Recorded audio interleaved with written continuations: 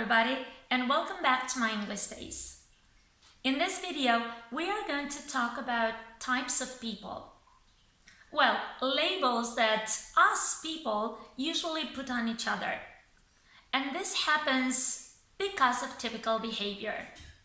Well, most of the times it's only to point out negative traits and flaws. Well, being labeled in a certain way is no easy thing, and of course totally unfair.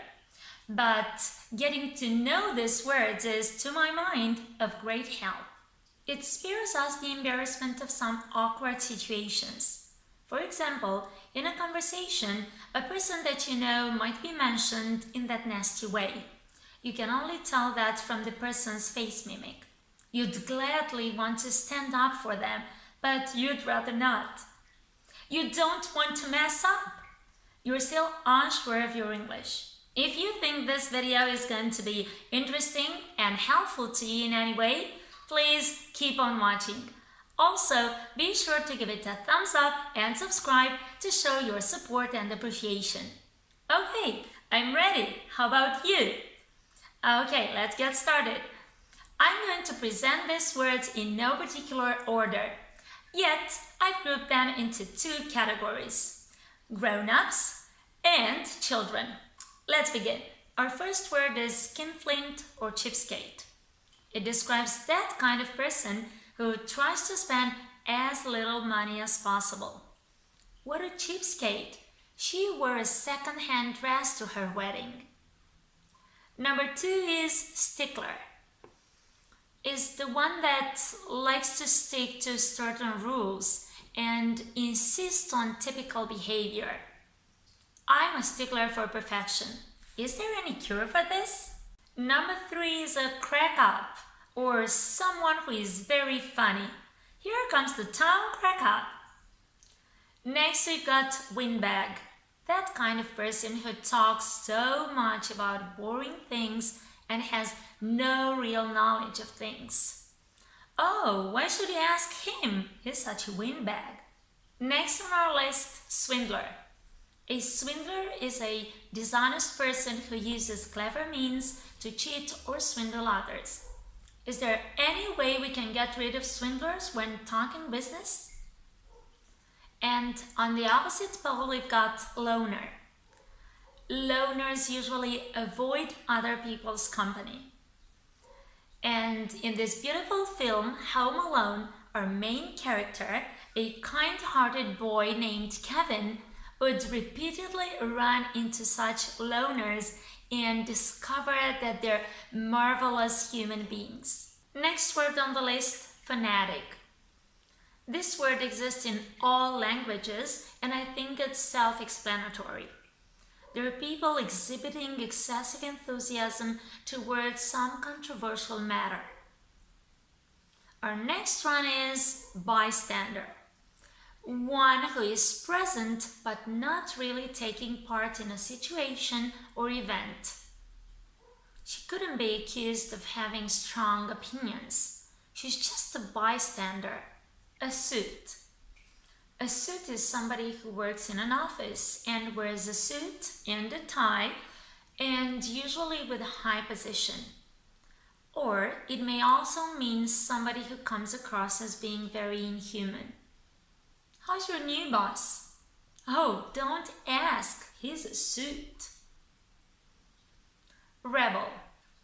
As we all know or have seen in films and in reality, of course, there are people who dislike sticking to rules and authority and usually stand out from the crowd. Do you still remember any of the rebels in your high school?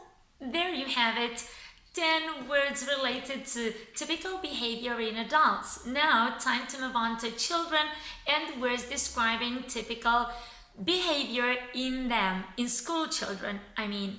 And the first one is very dear to me. It's teacher's pet. It's that kind of student that butters up the teacher in hope of gaining his attention or even better grades. Oh, I can't stand Janice. Everyone can tell that she's the teacher's pet. Number 2 is edgy. An edgy student is the type of mysterious student trying to too hard to be cool. It's getting more and more exciting here because at 3 we've got the word show off, and this is a bit in the face and it can't go unnoticed. Yeah, the show off is the kind of student that behaves in a way always intended to attract other students or teachers' attention. Let's see. Ben's such a show-off. His things are always the coolest, or at least he makes it look so. Next we've got sneak or a snitch in American English. So it's that type of student who enjoys sneaking up on others and then quickly go and report to the teacher. Let's see. Don't you ever talk to her, she's a snitch.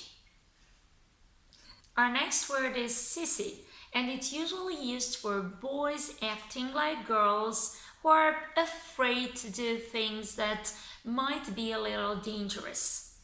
Oh, who? That sissy over there who can't even stand the sight of a spider? The next one is on the opposite side, and it's a tomboy. Of course, usually used for girls being into rough, noisy activity and acting like boys. Yeah, traditionally associated with boys. Oh, Melissa has always been a tomboy. You know, jumping over fences with boys and getting into fights. I think you're going to love the next one. Cutie pie. A cute, nice, lovable person that everybody adores. Oh, aren't you a cutie pie? I love you to bits. The next one is drama queen. It's mostly girls who like to blow everything totally out of proportion because they want to seek attention. Our next word is wimp, and it's that kind of child or student mainly who's not brave, strong, or confident. The Diary of a Wimpy Kid tells the story of a wimp. Have you read it? It's famous. And our last word is nerd or geek. This is this type of student obsessed with one subject and usually awkward and socially embarrassing. Oh, don't tell me that you're dating the nerd in your class. That's all for today. Hope you enjoyed it as much as I did. Now, it's over to you. Which of these words have you recently come across in movies or TV shows? I'm so curious to know, so tell me in the comments. And if this was your first time here, please don't forget to subscribe with notifications.